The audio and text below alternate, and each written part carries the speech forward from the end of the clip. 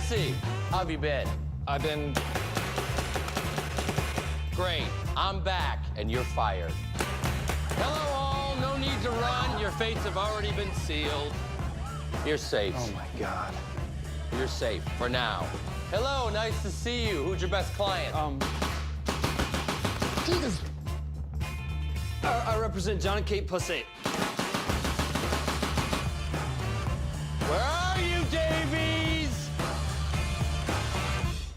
All right, I'm already packing to save myself the indignity. That's too bad. Ari, Jesus Christ! Did you lost your mind, Ari? Now where's Lloyd Lee? Mr. Lee knew that you were coming, Mr. Gold. He decided not to wait for your arrival. Now why don't I believe you? Now Lloyd, maybe you're not here. Maybe you are. Either way, you have nothing to fear because I'm not gonna kill you. I love you. You see, even though you betrayed me, you were the best slave that I ever had. I mean, who could possibly replace the way that you picked up my dry cleaning? No one. Who could better the way you picked up my dog shit? And if I liked short, fat men sucking on my dick, I'm sure that no one could do it better than you either. So, return to the king, or exile yourself from this town forever. You have until the end of the day tomorrow to agree to be rebranded mine.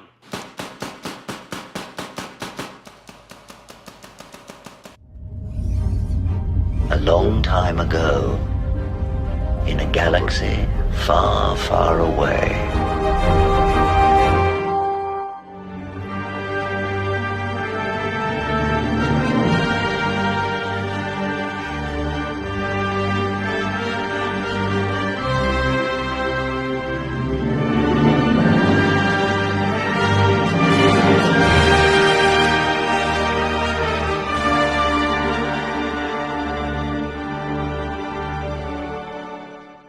So I was thinking about this. I had said this before in other places, but I wanted to reiterate it for the newbies here.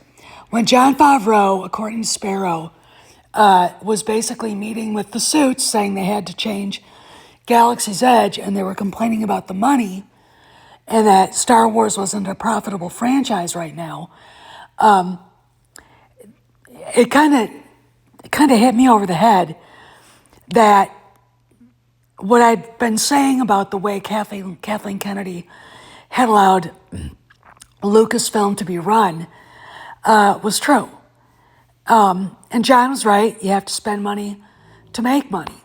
Now, I called her out for running a 501c3 charity.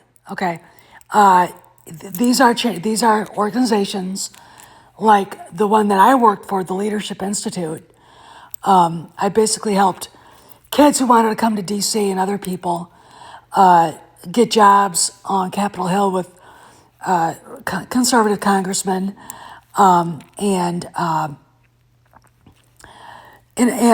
with other places like Center for Security Policy, National Right to Life Committee, the National Rifle Association, the Heritage Foundation, and we placed a lot of people. In fact, when I was given a few weeks after 9/11, they had to tighten up because donations weren't coming in as much. And my job was a job that a computer could do, really, except for I was really good at writing resumes for people. I got myself a job on Capitol Hill, working for the House Majority Leader, Dick Armey. And then I moved to the federal government as a presidential appointee. And the purpose of a nonprofit, 501c3, they serve causes, the NRA, National Right to Life Committee, or they're like Heritage Foundation, which is like education, policy, etc. And they're like Leadership Institute, teaching people how to run campaigns, manage campaigns, press secretaries, etc. Their purpose is to train people, educate people, get people together to fight for a cause and lobbying. I don't think any group on Capitol Hill has a better lobbying office than the gun rights organizations like the NRA and the Gun Owners of America. So why am I bringing up the nonprofit thing? The financial guys had a right to bitch. We've got shows like Andor, 65% RT audience score. Not great. Disney removed it as a punishment for Kennedy and got the tax write-off. Okay. Creating content like Andor does not create interest in the public. You can like it. I don't give a shit. It was awful. Okay. It's woke crap. You can make excuses for it and like it, and I think you're batshit crazy. Okay. People don't want to buy the merchandise. It doesn't bring fans to Galaxy's Edge. Hence, why the financial guys said Star Wars is not a profitable franchise right now. Disney's not making any money. Again, Kathleen Kennedy, lazy, like Kamala Harris, lazy, didn't do the work to keep the franchise's interest. She made all the poor decisions because she didn't care. Okay, and if you look at the casting for Rogue One, Andor, why this guy? My dog's droppings are more charismatic. I don't like this guy. Okay, one of the reasons why I call Andor Ambor is because this guy's a bore hole. Okay, they concentrated on the wrong character. The character for Andor should have been Luthen Rawl. And the reason why is because he's an interesting character, and the actor that played him is a genius. Okay, this guy's not a good actor. All right, this guy is absolutely not a good actor at all. There's so many like little side issues going on. The ISB ugly bitch being stalked by John Wayne Gacy or something, or Ted Bundy, and then you've got the very beginning where Andor shows up at a bar on some planet looking for his sister, and we never get that resolved. This is just stupid. Okay, the whole thing was just stupid. Then we go to The Acolyte, 18% Rotten Tomatoes score. And Disney can't look at Jon Favreau and Dave Filoni because they didn't have anything to do with it. Okay, nothing to do with it. Don't care what some people said about Dave Filoni helping Leslie Headland. Him giving her helpful advice on a phone is not standing there when she yells action on set. Okay, so if you honestly think a phone call was some sort of pledge of loyalty, fuck you, okay? And don't come here and try to defend the rumors about Filoni started by, DVD and the rest of these charlatans, okay? But The Acolyte's the reason why Star Wars is not a profitable franchise right now. Jon Favreau knows this, okay? Jon Favreau knows that the uphill battle isn't necessarily even with the financial people, okay? It's with where Kennedy has left the franchise, okay? And the fans who have decided everything that has Disney's Star Wars stamp on it is bad, and then proceed to force their subscribers and followers to believe the same thing, or they will try to deplatform you, all right? Look, the fandom menace isn't anything better or any better than Jason Ward's social justice warriors. Okay. All right. You're not allowed to like Ahsoka, Kenobi, Boba Fett, and the third season of Mandalorian, according to you name the big YouTuber. You're not allowed to like it. Okay. These are people who've never been on a movie set. Not that I have, but at least I can sit there and shut my fucking mouth and read up about what's going on and then make up my own mind based on my own life's experiences. But I've also had to sit on basically the Republican Party's 7th floor at meetings between the Speaker, Majority Leader, and the Majority Whip and their staffs. Okay, which is basically like the 7th floor of the Walt Disney Company. Okay? So you can draw similarities. And the acolyte isn't helping. All right, like I said, yesterday Sparrow told Cameron that the acolyte has driven people off of Disney Plus. Now, Bob Iger said the other week that Disney Plus did make a profit. Do I believe it? Maybe. But you got to understand, it's now being bundled with Hulu, okay? And that's probably where that came from, all right? That's probably where that came from. Doesn't mean that people didn't leave in droves from Disney Plus when The Acolyte premiered. People don't want this progressive, woke activism shoved in their faces. I mean, when Twisters does so well at the box office and the director says he don't want to talk about any politics, that says something to me. That says that at least Frank Marshall understood that people are sick of it. They just want to be entertained. You know, as Robert Evans knew, as George Lucas knew. But let's talk further about this because I think it's something the fans need to understand better. This is Master Obi-Wan Kenobi. I regret to report that both our Jedi Order and the Republic have fallen.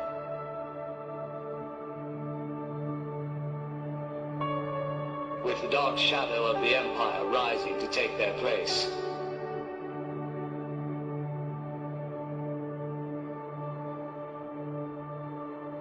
This message is a warning and a reminder for any surviving Jedi.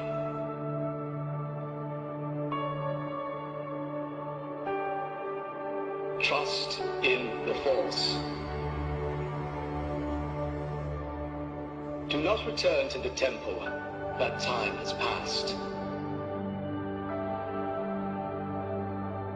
And our future is uncertain. We will each be challenged. Our trust, our faith, our friendships.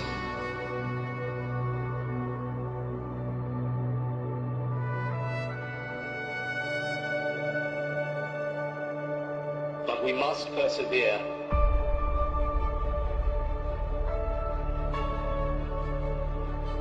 And in time, a new hope will emerge.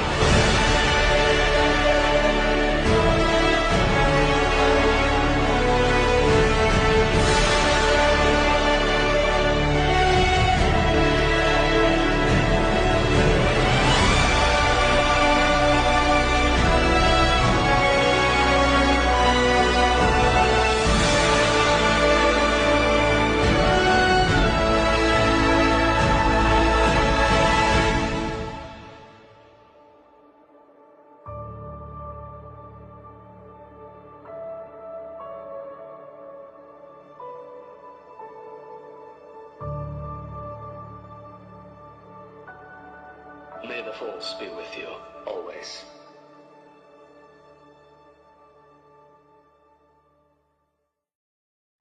So Kathleen Kennedy, through laziness, through disinterest, through political fanaticism, allowed Lucasfilm to become a 501c3 nonprofit for causes like the LGBTQ plus cause, which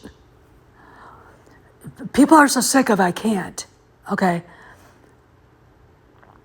You know, the DEI crap, the fact that they couldn't actually have a masculine man anywhere in the sequel trilogy. I mean, I don't care how much you want to believe Adam Driver's a masculine guy. He's not. You know, and then you got the story group, Matt Martin. SJW, emo, activist, okay? Hates Luke, hates Han, etc. Hates himself because he's white. Pablo Hidalgo, SJW, NPC, activist. Kathleen Kennedy, lazy, uninterested, radical feminist, embraced all that shit. She allowed this little twerp, Roundhead Johnson, to totally trample Luke into the ground. She also made damn sure that the only mention of Han Solo is a pair of fucking gold dice we'd never even noticed in the in A New Hope. And it's some sort of auteur kind of faux intellectual bullshit he threw in there at the end, right? And this is the thing. So then you go to The Acolyte. 18% RT Rotten Tomatoes audience score. Certified garbage on steroids. The score is probably a lot worse. All right, I wouldn't doubt that. The crew at Lucasfilm jumped in and padded that a little bit. Kennedy was so disinterested in Star Wars, she let this psychopath in the door. Harvey Weinstein's former personal assistant, who did not turn in a fully created Star Wars streaming show. It had to be finished by other people. Apparently, Jon Favreau said, "This is the worst fan film I've ever seen." When he invited her to come and watch a screening of Skeleton Crew, she declined because she knew he'd be shoving actual Star Wars in her face, devoid of woke garbage. Okay, now, you know, we've got Jason Ward quietly putting out there that there is wokeness in it.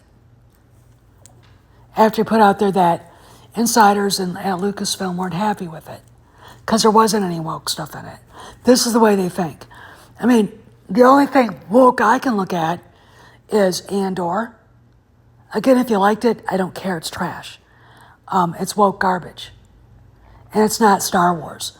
Tony Gilroy was very serious when he told the writer's room, don't put anything you love, forget about everything you love about Star Wars. What? Why are we doing this then? And this bitch, even woke-er, just absolutely pissing all over Darth Plagueis, Yoda. You know, but this is why the financial guys at Disney said, we are really not happy with how much money you're spending on the deep fakes of Han, Luke, and Leia. And, you know, basically Star Wars isn't a profitable franchise. And, you know, Favreau said you got to spend money to make money. This was in regards to the to Galaxy's Edge, reskinning it to the OG, right? But, you know, they have a point. Pablo Hidalgo is not interested in making Disney a profit. He isn't. Matt Martin isn't. Hidalgo's wife isn't. Rain Roberts isn't. Okay? She's probably a BLM, Antifa, anti-Semite. All right? I mean, they all are. All right? So they look at Bob Iger like a conniving, whatever, but they screamed at Gina Carano for being an anti-Semitic? Come on. I mean, what the fuck? Here's the deal. The only way this can get fixed is when they're gone and they get back to good storytelling.